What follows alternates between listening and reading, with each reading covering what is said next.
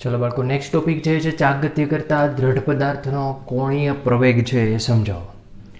રેખીય પ્રવેગ જે આપણે પાંચમા ચેપ્ટરની અંદર ભણીને આવ્યા F બરાબર ma સદિશ, જ્યાં a સદિશ છે એ શું છે? રેખીય પ્રવેગ છે।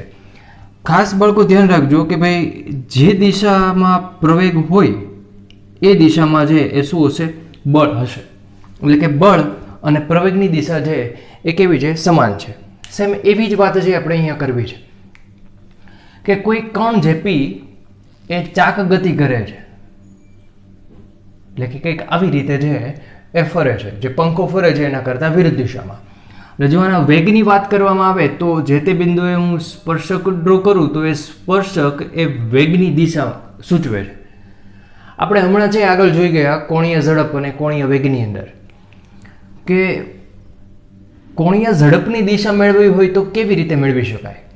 તો જે દિશામાં પરિભ્રમણ થતું હોય, જે દિશામાં ચાક ગતિ થતી હોય એ દિશામાં જમણા હાથની આંગળીઓ છે વાળવાની, અને અંગૂઠો જે દિશામાં રહે એ દિશા, અંગૂઠાની જે દિશા છે એ આપણે કોણીય ઝડપની દિશા છે એ મળશે। એટલે અહીંયા બાળકો કોણીય ઝડપની દિશા છે આપણે ક્યાં મળી?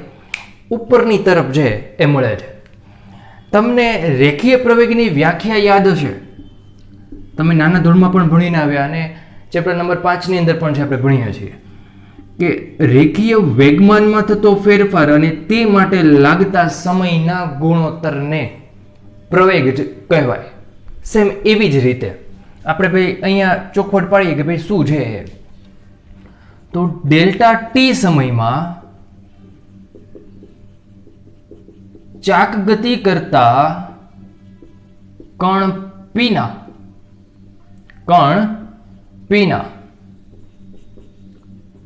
કોણીય વેગમાં થતો ફેરફાર, ધારો કે ડેલ્ટા ઓમેગા સદિશ છે।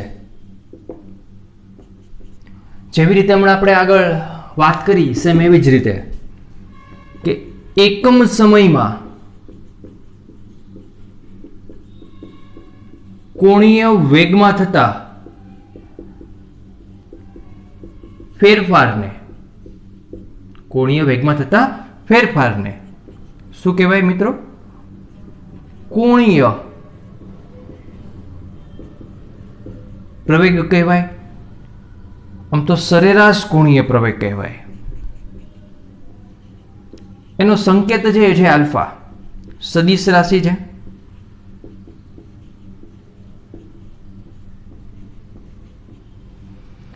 કોણીય પ્રવેગની દિશા કઈ હશે? તો રેખીય પ્રવેગની દિશા કઈ હોય? વેગમાં થતા ફેરફારની દિશામાં રેખીય પ્રવેગ હોય। તો સેમ એવી જ રીતે અહીંયા જુઓ, ડાબી બાજુ ને જમણી બાજુ, તો જે દિશામાં જમણી બાજુ છે એ દિશામાં ડાબી બાજુ હશે, વચમાં ઇક્વલની નિશાની છે। ઇન શોર્ટ કેવા કંઈક એવું માંગીએ છીએ કે કોણીય પ્રવેગની દિશા, કોણીય પ્રવેગની દિશા એ કોણીય વેગમાં થતા ફેરફારની દિશામાં હશે। હવે ખાસ સમજવાની વાત, ડેલ્ટા ઓમેગા સદિશ એટલે શું? તો તમે કહેશો અંતિમ માઇનસ પ્રારંભિક। પહેલા કોણીય ઝડપ કેટલી હતી? તો ઓમેગા 1। પછી કોણીય ઝડપ છે એ કેટલી થઈ? તો ઓમેગા 2। તો એમાં થતો ફેરફાર છે એ આપણે ડેલ્ટા ઓમેગાની દિશા છે એ આપશે, બરાબર? તો સમજીએ અહીંયા કે પેલા કણ છે એ ધારો કે તમને ઓમેગાનો એકમ યાદ છે રેડિયન પર સેકન્ડ અથવા પરિભ્રમણ પર સેકન્ડ, કે પેલા કણ છે એ 5 રેડિયન પર સેકન્ડની ઝડપથી ગતિ કરે છે આ જ દિશામાં। તો તમે આમ હાથ રાખશો અંગૂઠો ઉપર તો ઓમેગા 1 ની દિશા ઉપર પ્રવેગી ગતિ છે। ગતિ કેવી છે? ચાક ગતિય પ્રવેગી ગતિ છે। તો એટલે કે એનો પ્રવેગ છે કોણીય પ્રવેગ એ વધે છે, સોરી એનો વેગ છે કોણીય વેગ એ શું થાય છે? સતત વધે છે। પરંતુ 5 માંથી 10 થાય છે, દિશા તો એ જ રહેશે, પરિભ્રમણની દિશા તો એ જ છે। તો ઓમેગા 2 માટે પણ તમારો અંગૂઠો તો ક્યાં રહેશે? ઉપર। My mean to say that કહેવાનો એવો મિનિંગ છે કે ω1 અને ω2 બંને કઈ બાજુ છે? આ ઉદાહરણમાં ઉપરની તરફ છે. બંને જો ઉપરની તરફ હોય તો એનો ફેરફાર પણ ક્યાં મળશે? ઉપર જ મળશે. બળનો જ વિચાર કરો કે ભાઈ મારી પાસે આ એક બ્લોક છે, સદિશ રાશિ છે, એક બળ, એના પર હું 2 ન્યૂટન I કેરેટ ધન x દિશામાં બળ લગાડું છું. પછી હું તમને એવો પ્રશ્ન કરું કે એ જ દિશામાં હું 3 ન્યૂટનનું બળ છે એ લગાડું છું, તો પરિણામી બળ કેટલું? તો તમે ચેપ્ટર નંબર 4 માં એવું બોલતા કે ભાઈ એક જ દિશામાં હોય તો આપણે શું કરીએ? 3 + 2 5. પરંતુ દિશા જો પરસ્પર વિરુદ્ધ હોય તો તમે બાદબાકી કરો, મોટામાંથી નાના. અહીંયા તો બંને એક જ દિશામાં છે ને એની પાછી શું કરવાની છે? આપણે બાદબાકી કરવાની છે. એટલે એ તો આપણે અદિશમાં જેવી રીતે બાદબાકી કરી શકીએ એવું લખાય ખરા. એટલે કે આ ડેલ્ટા ઓમેગાની દિશા છે એ તમને ક્યાં મળશે? ઉપર જ મળશે. તો જે દિશામાં ડેલ્ટા ઓમેગા છે એ જ દિશામાં અત્યારે આપણો શું છે? આલ્ફા પણ છે. એટલે મિત્રો આલ્ફા કોણીય પ્રવેગની દિશા છે એ પણ ક્યાં છે? ઉપર જ છે. પરંતુ હા, પહેલા 5 રેડિયન પર સેકન્ડ સ્પીડ હોય, પછી 4 રેડિયન પર સેકન્ડ થઈ જાય. તો આનો મિનિંગ શું થયો? પરિભ્રમણ તો આમ જ થાય છે પણ ધીમો પડે છે. ચાક ગતિ કરતો પદાર્થ છે એ ધીમો પડે છે. જેવી રીતે કાર લઈને તમે જાઓ છો તો તમારા કારની ગતિ છે બાળકો, સપોઝ તમે કોઈ કાર લઈને છે એ જાઓ છો અને આ દિશામાં કાર છે એ ગતિ કરે છે. એનો મિનિંગ એ છે કે જે દિશામાં ગતિ હશે એ દિશામાં શું લાગતું હશે? બળ તો લાગતું જ હશે. શરૂઆતમાં એની સ્પીડ છે એ છે 60 km/h, પણ ધીમે ધીમે છે એ 60 માંથી શું થઈ જાય છે? 50. એટલે કે તમે બ્રેક મારો છો. ચેપ્ટર નંબર 5 માં ભણ્યા. તમે બ્રેક મારો છો એનો મિનિંગ શું છે? કે તમે વિરુદ્ધ દિશામાં બળ લગાડો છો. બ્રેકિંગ ફોર્સ આપણું વિરુદ્ધ દિશામાં લાગતું. એટલે કે આ ગતિ એ પ્રવેગી નથી. આ ગતિ કેવી છે? પ્રતિપ્રવેગી ગતિ છે. કેમ કે એના વેગમાં શું થાય છે? ઘટાડો થાય છે.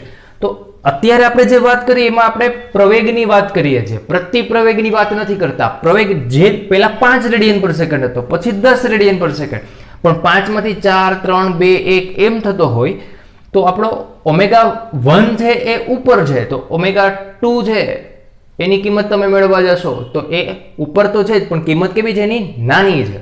તો બાદબાકી કરશો એટલે તમને શું મળશે? વિરુદ્ધ દિશામાં આલ્ફા મળશે. જો બાદબાકી તમે કરવા જાઓ તો તમને આલ્ફાની દિશા કેવી મળશે? વિરુદ્ધ દિશામાં મળશે. પરંતુ આલ્ફા હશે તો ક્યાં?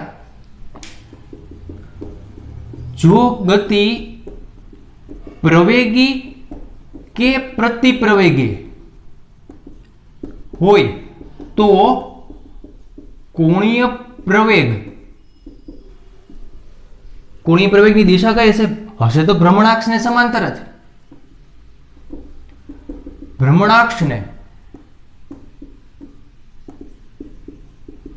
સમાંતર જ હશે એટલે રહેશે તો આ જ બાજુ. એવું નહીં થાય કે કોણીય પ્રવેગ આમ મળે, કોણીય પ્રવેગ આમ મળે.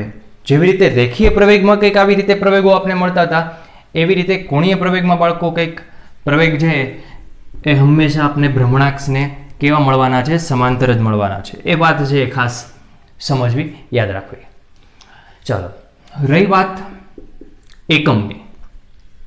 એકમ જોઈએ એના પહેલા તત્કાલીન કોણીય પ્રવેગ છે એ જોઈએ કે જો તમે સમયગાળો છે એને ખૂબ નાનો લઈ લો, limit delta t tends to 0 લઈએ તો કોઈ ક્ષણે કણનો તત્કાલીન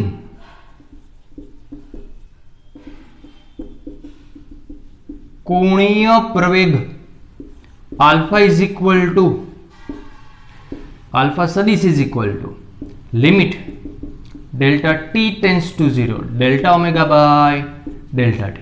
આ લિમિટ વાળી વાત એને પણ ત્રીજા ચેપ્ટરમાં તત્કાલીન વેગ વખતે તમે સરસ રીતે સમજેલા હશો. તો આલ્ફા ઇઝ ઇક્વલ ટુ શું થશે? જ્યારે આપણે તફાવતનો ગુણોત્તર હોય એની લિમિટ લગાડીએ તો એ કેમાં પરિણમે? વિકલનમાં છે પરિણમે. તો આ આપણે શું મળે? તત્કાલીન પ્રવેગ મળે. આનો એકમ શું હશે? કોણીય પ્રવેગનો એકમ જુઓ તો અહીંયા ડેલ્ટા ઓમેગા, ઓમેગાનો એકમ શું હોય? રેડિયન પર સેકન્ડ, અને 1 સેકન્ડ છેદમાં પાછી ઓમેગાનો એકમ છે રેડિયન પર સેકન્ડ, અને છેદમાં હજુ સેકન્ડ છે. અંશનો છેદ છેદમાં લાવવો જોઈએ તો તમને એકમ શું મળશે? રેડિયન પર સેકન્ડ સ્ક્વેર. એકમ રેડિયન પર સેકન્ડ સ્ક્વેર, અથવા બીજો એકમ લખાય પરિભ્રમણ, ઇંગ્લિશમાં કહેવાય રોટેશન પર સેકન્ડ સ્ક્વેર. આવી રીતે પણ લખાય. પારિમાણિક સૂત્ર શું મળે? પારિમાણિક સૂત્ર રેડિયન સમતલ કોણનું પારિમાણિક સૂત્ર કઈ જ નથી. માત્ર પરિમાણ છે એ કોનું છે? અહીંયા સમયનું જ પરિમાણ છે, એ પણ છેદમાં છે. તો પારિમાણિક સૂત્ર ચેપ્ટર નંબર 2 માં સરસ રીતે લખતા આવડતું છે એવું માનું છું. m0 l0 t-2. તો બાળકો 2 માર્ક્સમાં પૂછાઈ શકે એવો એક નાનો એવો પ્રશ્ન છે. જલ્દીથી આપણે એને નોંધી લઈએ. નોટ સાથે સાથે બનાવતા જજો.